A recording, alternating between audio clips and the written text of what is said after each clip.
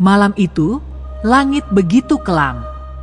Awan tebal menggantung seperti tirai hitam pekat, menutupi bintang-bintang dan rembulan yang biasanya setia menemani malam desa. Suasana terasa mencekam, dengan hanya suara serangga malam dan sesekali lolongan anjing dari kejauhan yang memecah keheningan. Bayu, seorang pemuda desa yang terkenal nekat, baru saja berpamitan dari rumah temannya, Andi. Mereka menghabiskan waktu berbincang hingga larut malam, membahas mimpi-mimpi besar yang terasa begitu jauh dari kehidupan desa yang sederhana. Meskipun jam sudah menunjukkan pukul 11 malam, Bayu tidak khawatir. Jalan pintas yang membelah hutan kecil sudah biasa ia lewati, bahkan dalam gelap sekalipun. Cuma jalan biasa. Kalau takut terus, kapan beraninya? Igumamnya pada diri sendiri sambil menyandang tas kecil di pundaknya. Ia tidak tahu, malam itu akan menjadi malam yang mengubah hidupnya selamanya. Ketika Bayu melangkah memasuki jalan pintas itu, hawa dingin langsung menyergapnya. Udara terasa jauh lebih dingin dibanding biasanya, membuat bulu kuduknya berdiri. Namun, ia mengabaikannya, menganggap itu hanya efek dari keletihan setelah seharian bekerja di ladang. Jalan setapak yang ia lalui mulai tertutup bayangan pepohonan yang menjulang tinggi di kedua sisinya. Cahaya dari lampu jalan di ujung desa perlahan memudar, digantikan oleh kegelapan yang seolah hidup, mengintai setiap gerakannya. Di kejauhan, ia mendengar suara gemerisik dedaunan yang tertiup angin. Anehnya, langkahnya semakin berat, seolah-olah ada sesuatu yang tak kasat mata mencoba menahannya untuk melanjutkan perjalanan. Namun, Bayu terus berjalan, mencoba mengusir rasa takut dengan pikiran logis. Ini cuma perasaan, Bayu. Jangan mikir aneh-aneh, bisiknya pelan.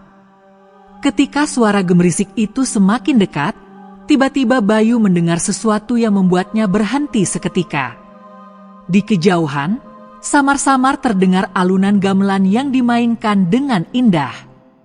Suaranya lembut, namun semakin lama semakin jelas, seolah-olah mengundang siapa saja yang mendengarnya untuk mendekat. Bayu mengerutkan kening. Gamelan? Dari mana asalnya? Pikirnya. Setahu Bayu, tidak ada hajatan di desa malam itu. Bahkan, ia sempat berbincang dengan beberapa tetua desa yang mengatakan tidak ada acara besar selama minggu ini. Suara itu tidak hanya aneh, tetapi juga muncul dari arah yang seharusnya tidak ada apa-apa selain hutan belantara.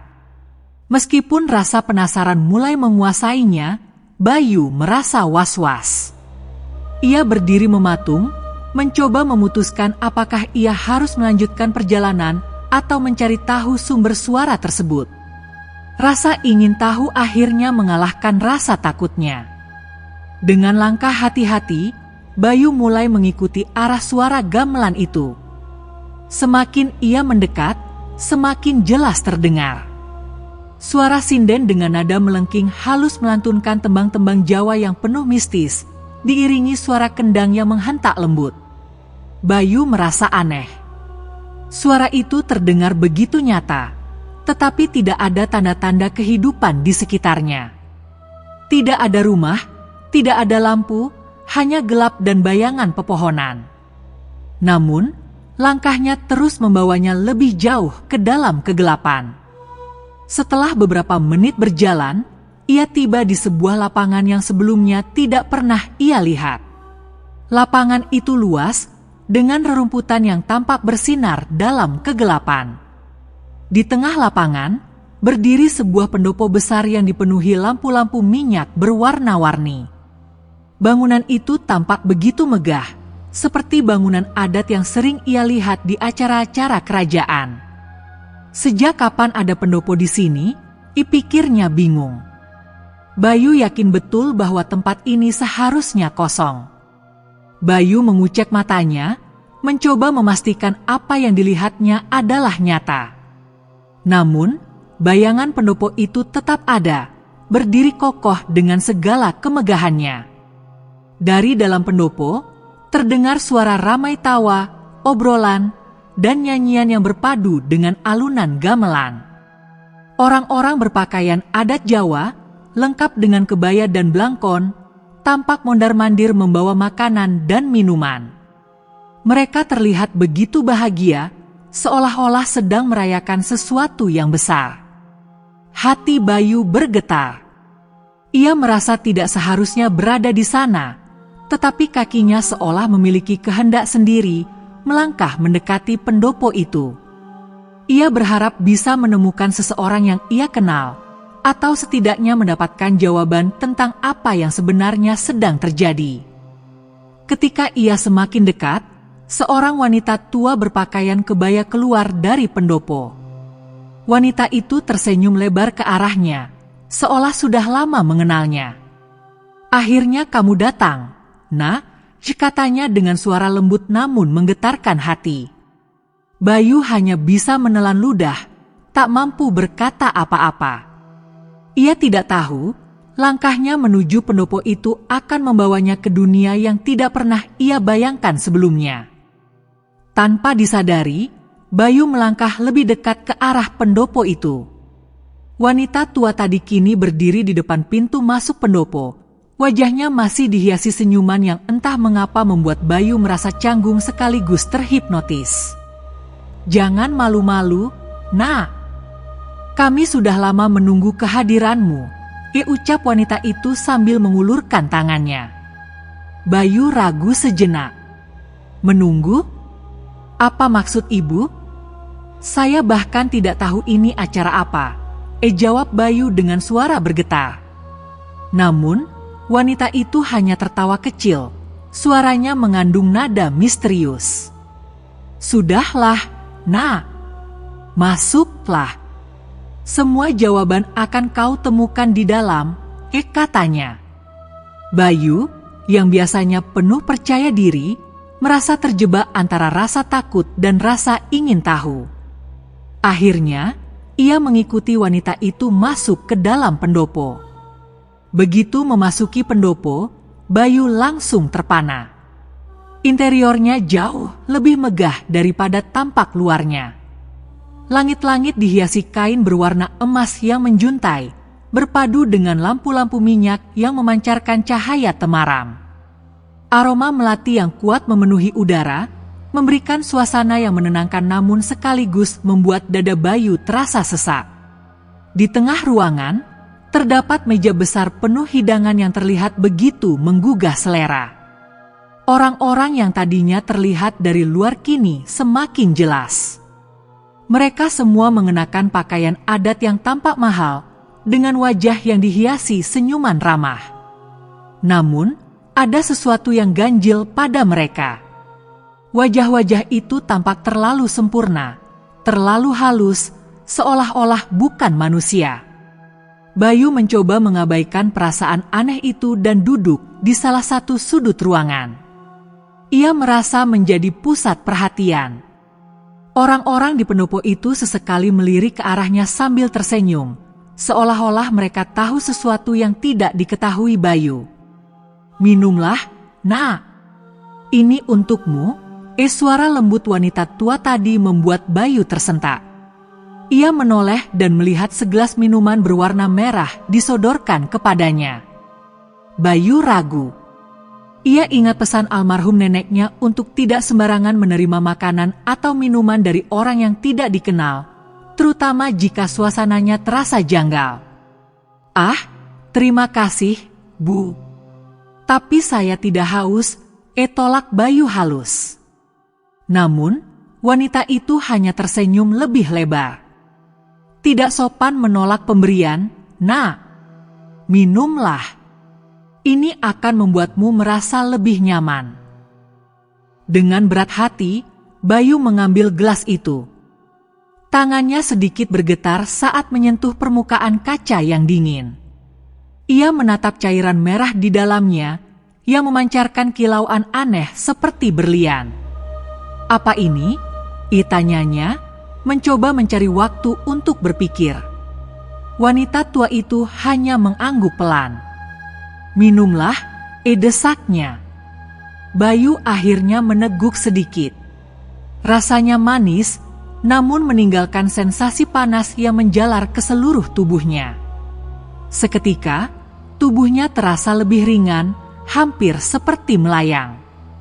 Namun, ada sesuatu yang berubah.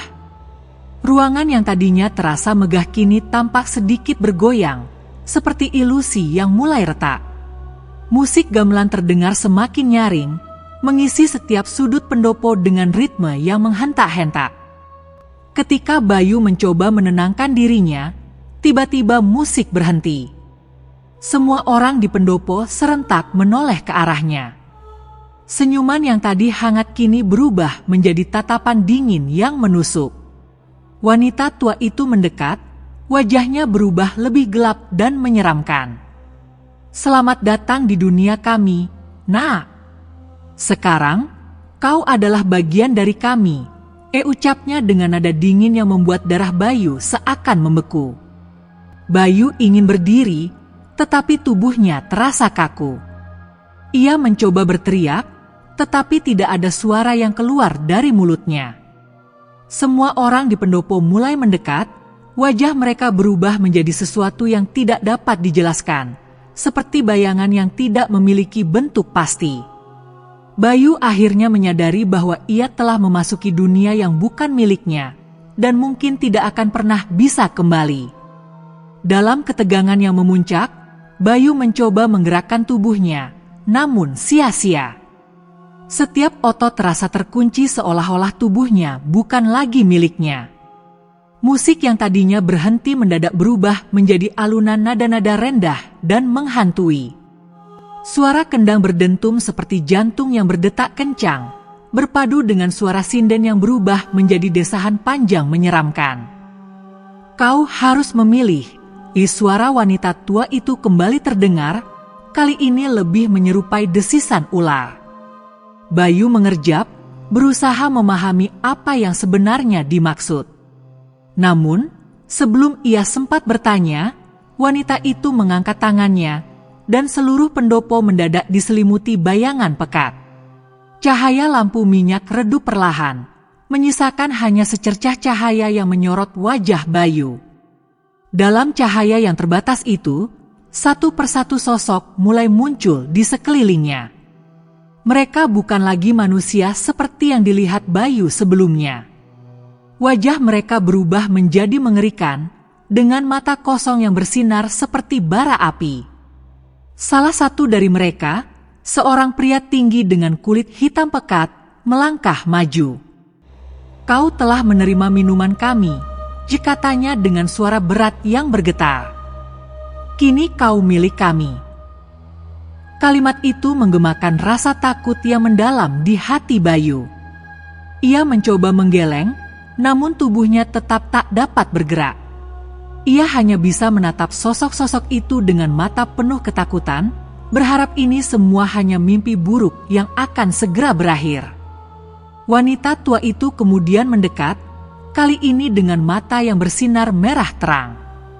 "Bayu," katanya dengan nada yang menenangkan namun menyeramkan.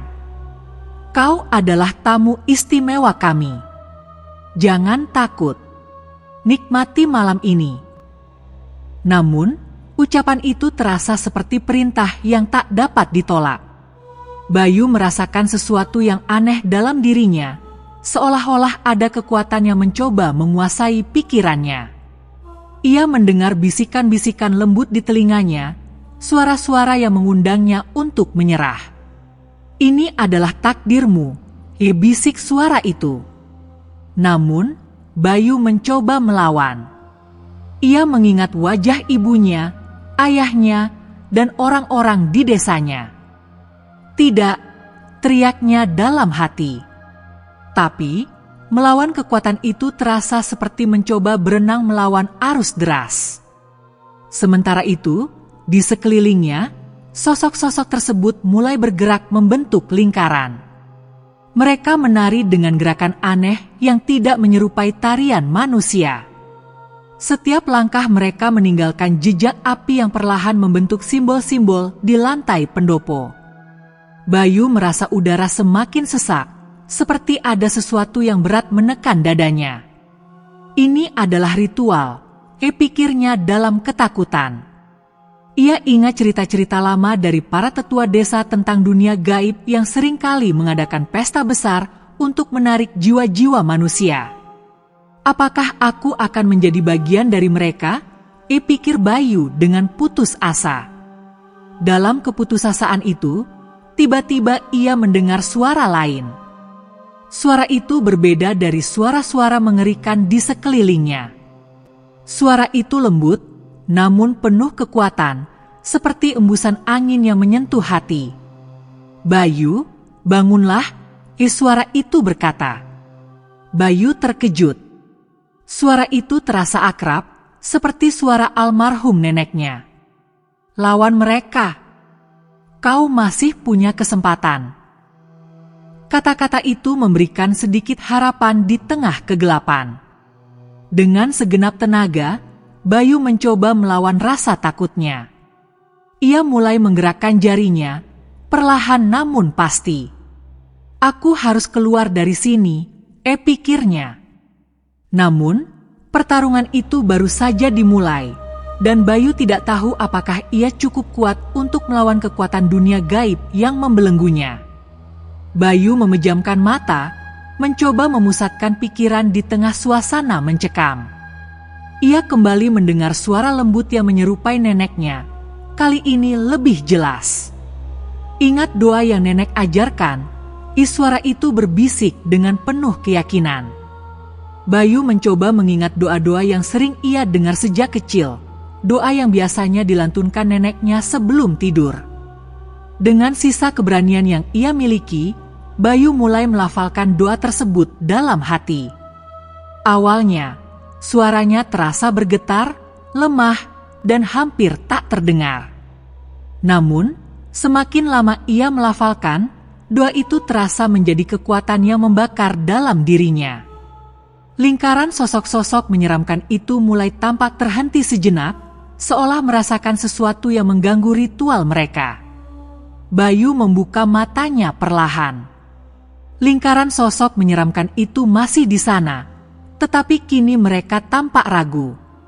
Sorot mata mereka yang sebelumnya penuh ancaman berubah menjadi tatapan penuh kebencian, seolah-olah mereka sadar bahwa Bayu sedang berusaha melawan.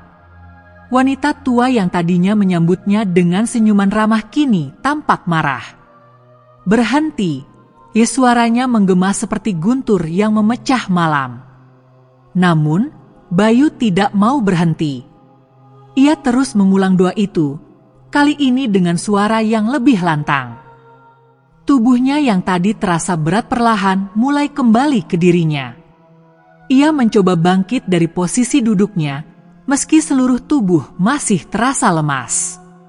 Suasana pendopo yang tadinya penuh kemegahan mulai berubah. Langit-langit yang dihiasi kain emas kini terlihat kusam, seperti tertutup oleh debu dan sarang laba-laba. Lampu-lampu minyak yang sebelumnya memancarkan cahaya hangat kini meredup, hanya menyisakan percikan kecil. Orang-orang yang berada di sana perlahan-lahan kehilangan bentuk manusia mereka. Beberapa dari mereka berubah menjadi sosok bayangan gelap, sementara yang lain berubah menjadi makhluk dengan wujud yang tak dapat digambarkan.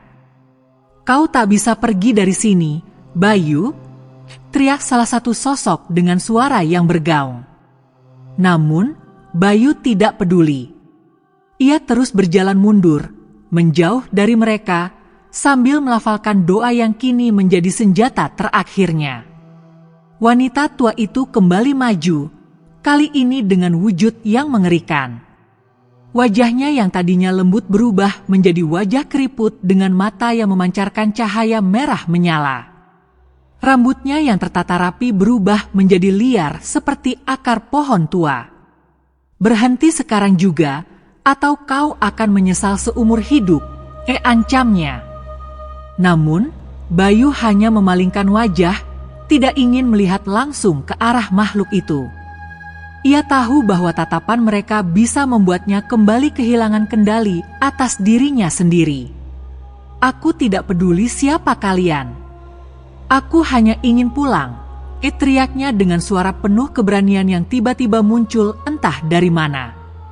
Dengan langkah yang semakin mantap, Bayu akhirnya berhasil mencapai pintu pendopo.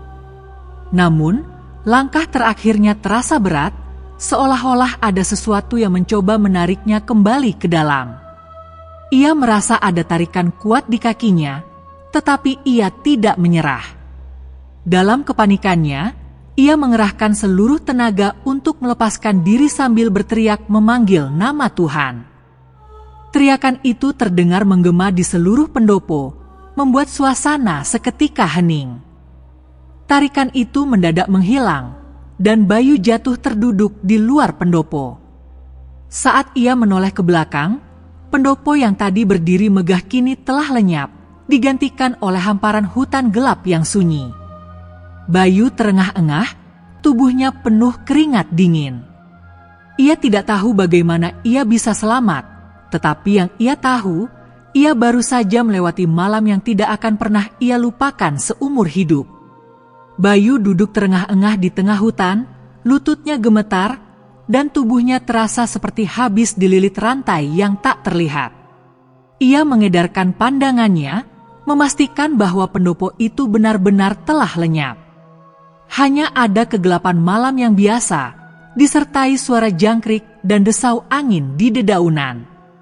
Namun, keheningan itu justru terasa aneh. Tidak ada tanda-tanda gemelan, sinden, atau sosok-sosok menyeramkan yang sebelumnya mengepungnya. "Apakah aku benar-benar selamat?" pikirnya sambil menggenggam dada, mencoba mengatur napas yang memburu.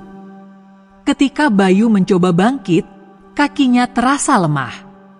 Ia meraba-raba tas kecil yang masih disandang di pundaknya, mencari senter yang biasa ia bawa. Namun, benda itu seolah menghilang entah kemana. "Apa aku menjatuhkannya tadi?" gumamnya pelan.